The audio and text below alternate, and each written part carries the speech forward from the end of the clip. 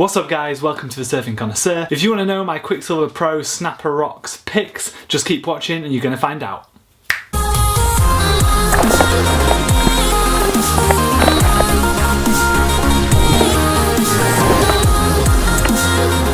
So guys, you know the drill if you're familiar with the channel. Before each event on the WSL Championship Tour, I will run through my fancy surfer teams to help you pick yours. So let's dive straight into looking at the first event. The first event of the year is on the east coast of Australia on the Gold Coast. Be held at Snapper Rocks, and as with all point breaks, there's a number of breaks on the actual point itself where the comp can be run, which in themselves have very different faces to one another. There's also a reserve break right around the corner at Duranbar, but if we know anything from previous years, they're reluctant to use that, and the event is in all likeliness going to be held in some sort of right hand point break. As I say though, the point itself has many different faces, from barreling hollow heavy waves to a more running sloppy wave which lends itself much nicer to turns. The event will run anywhere between the 14th of March to the 25th of March 2017, and having had a look at the forecast so far, it looks like we are going to get some waves in the early stage of the period, although we are also going to have some super strong onshore winds, so it's not clear whether the organisers will run in those questionable days or hold out until the end of the period and hope for some better surf. Obviously it's a little too far ahead to tell yet what's on the horizon with any certainty, and they have had difficulty in previous years picking out the best days, and we've had some, let's say, questionable days held on the Gold Coast in pretty small surf. We've had years when we've nearly run out of time. When you're picking your team, as much as you want guys who can handle themselves in hollow heavy point break type waves, you also want guys who can grovel it out and manufacture scores in 2-foot junk. With no further ado, here's my team. We're going to start with the Surfer Mag version. So first up, I'm going for Kolohe and Dino. It's commonly said that a run for a World Championship title doesn't start at the first event of the year at Snapper Rocks, it starts at the last event of the year before. Now if that's true, Kolohe is going to be one to watch this year. He finished in great form, finishing third in the last 3 events of the year. So despite a run of round 2 exits at Snapper Rocks between 2013 and 2015, he makes my team, particularly when you look at his 2016 results when he seemed to break that curse, finishing in second in 2016. Don't get me wrong, his round 1 heat of Kanoe Igarashi and Jack Freestone is definitely one where they are capable of throwing in an upset. Jack Freestone grew up on the coast, and Kanoe Igarashi, despite nearly dropping off tour, has shown us he is more than capable of pulling off surprises. Next up, Philippe Toledo. Remember what I said about picking guys who could surf in hollow throaty waves and smaller grovelly waves? Well, Toledo's your man, isn't he? Looking at the questionable forecast at the moment, it wouldn't surprise me if there are some days held in smaller surf, and if not smaller surf, definitely very windy onshore surf. Either of those conditions lend themselves really well to Philippe's air game, which nobody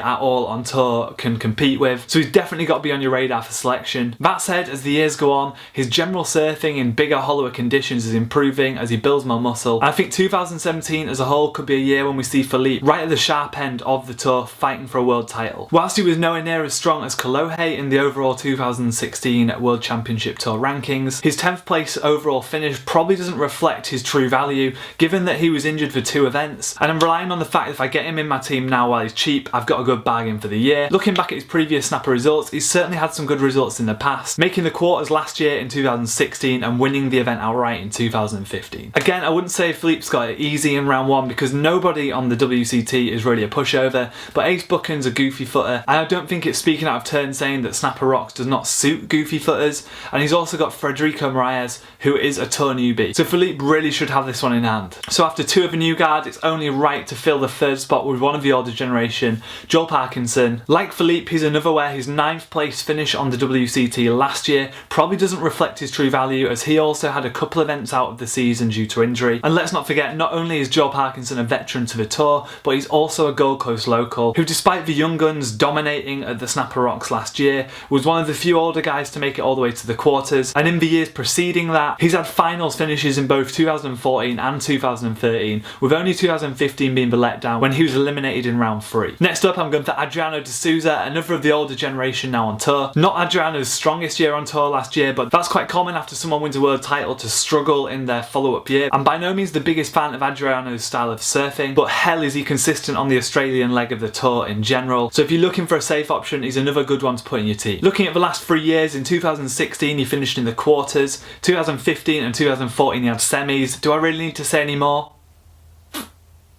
Speaking of not need to say any more, Next up, Mick Fanning. I'd be really surprised if like any less than 90% of the people playing Fantasy Surfer have Mick Fanning in their team. He comes in after a part-time year on tour at $5,500, which is an absolute steal. I'd again be really surprised if he's any less than $10,000 come the end of the year. So if you want to get him while he's cheap and sort him for the year, buy yourself a bargain, do it now. Snapper is one of his strong events, so the chances are he won't be staying low for long and he will gradually be creeping up as the year goes on. That said, he did have a bit of a blip in 2016, going out in round 3 to Sebastian Zietz, who was on an absolute tear. But prior to that, he went quarterfinals in 2015, quarterfinals in 2014, and semi-finals in 2013. So he's got a pretty consistent string of results. The only thing that could be standing in Mick's way is the fact he has Kelly Slater in round 1, which will certainly be interesting for the first event of the year. So now I get into the realms where you have to be a bit more clever with your picks, going for the guys at the cheaper end of the scale. The first of which I'm going for Bede Durbidge. Bede, another veteran, obviously returning to the tour after a year out due to a broken pelvis,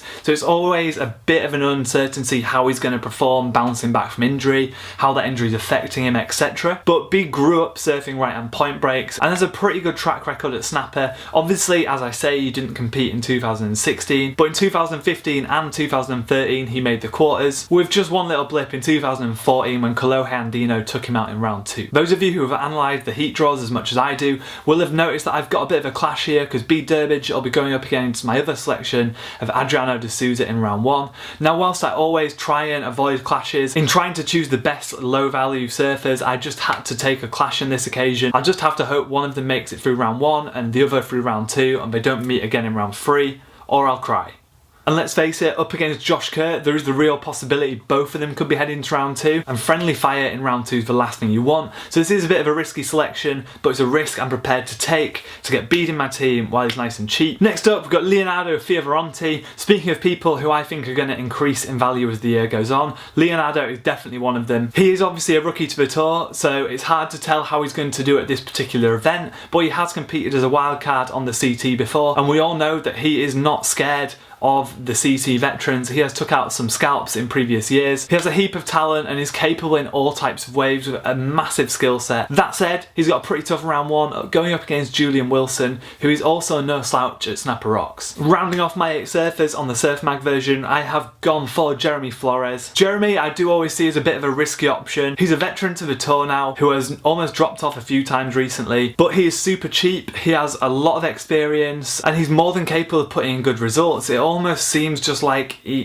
I don't know, something just needs to click with him sometimes and you don't know if it's gonna, but looking at the surfers left who I can afford, I just think he's the safest option. Looking at the rookies and the uncertainty there, even if it's a rookie that would surf these waves well, how are they gonna stand under the pressure of the CT? Also worth noting is that despite some previous poor results, a few of them are explainable. His early exit in 2014 was due to an interference rather than being beaten on points, and in 2015 the heat was a super close call with Kolohe Dino, and looking back to 2013, a round 5 finish for a bottom price surfer wouldn't be a bad result in my eyes. So that's my Fantasy Surfer Surf Mag version. With no further ado, let's look at the World Surf League version for those of you guys who play that. I'm starting off with somebody who didn't make it into my Surf Mag team, Gabrielle Medina. The only reason he didn't make it into my Surf Mag team is because of his price. He's pretty expensive and I always rather would spread out my value and get some more mid-range surfers rather than a couple of really expensive guys. That not being an issue on the World Surf League, I have gone for Gabrielle straight away. He doesn't actually have the best form when you look at previous results alone at Snapper, but he's such a competitive surfer, doesn't have the hardest round 1 heat of them all. So despite his only good result really coming in 2014 when he won the event, I'm feeling like Gabrielle might have a good year this year, particularly with the questionable conditions that are on their way. For those of you wondering, other than 2014 when he won, since 2013 Gabrielle has not made it past round 3 at Snapper Rocks, which is kind of out of character for a guy of his calibre. Rounding off my tier 8, I've got Kolohe Dino, who I've already spoke about, so I'm not going to repeat myself here. Tier B, similar story. 4 guys who made my other team, so I won't go into detail, but I've gone for Mick, Toledo, Joel and De Souza. If you want to hear my reasoning, again, roll the video back to when I spoke about them in my Fantasy Surfer team. And tier C also 2 guys which I've already gone through, Leonardo Fioravanti and Bede Durbidge, rounding off my World Surf League team. Pretty similar teams, but that makes sense. If I've tried to choose the best surfers, of course they're going to be the same in both teams. Right guys, before you shoot off and start picking your teams, 3 things. Firstly, we have clubhouses on the Fantasy Surfer Surf Mag and World Surf League version. I'll link them down below. Go join, let's get a competition going. There are no prizes at the moment, but holy smokes, that could have been a disaster. Let me sort this one out. Shit, the laptop nearly went as well then. Amateur hour, dudes. Let's do this. So guys, before you shoot off, 3 things. Firstly, we have Fancy Surfer Clubhouse / leagues on the World Surf League version and the Surf Mag version. So hunt us down, join our leagues and join the competition. It'd be really cool to have more people in there so there's more competition. There are no prizes as of yet. But who knows, as this channel grows, which I hope it does, maybe we can hook up some links with some sponsors and things like that and we can get some prizes in there. So on that note of growing the channel, please like this video if you've enjoyed it. It helps on the YouTube algorithms, and share this video with your friends and link us on Twitter, all that stuff. The more this channel can grow, the more I can put back into it, the more we can get competitions and things going, which I would love to do. Thirdly and finally, I want to know what your predictions are for the Snapper Rocks event, so let us know in the comments below who you think is going to win, and of course, any other questions or comments you've got, leave them down there and let's get some dialogue going. If you want to subscribe to the channel, hit the circle button. If you want to watch a previous video, whack the rectangle button. See you soon.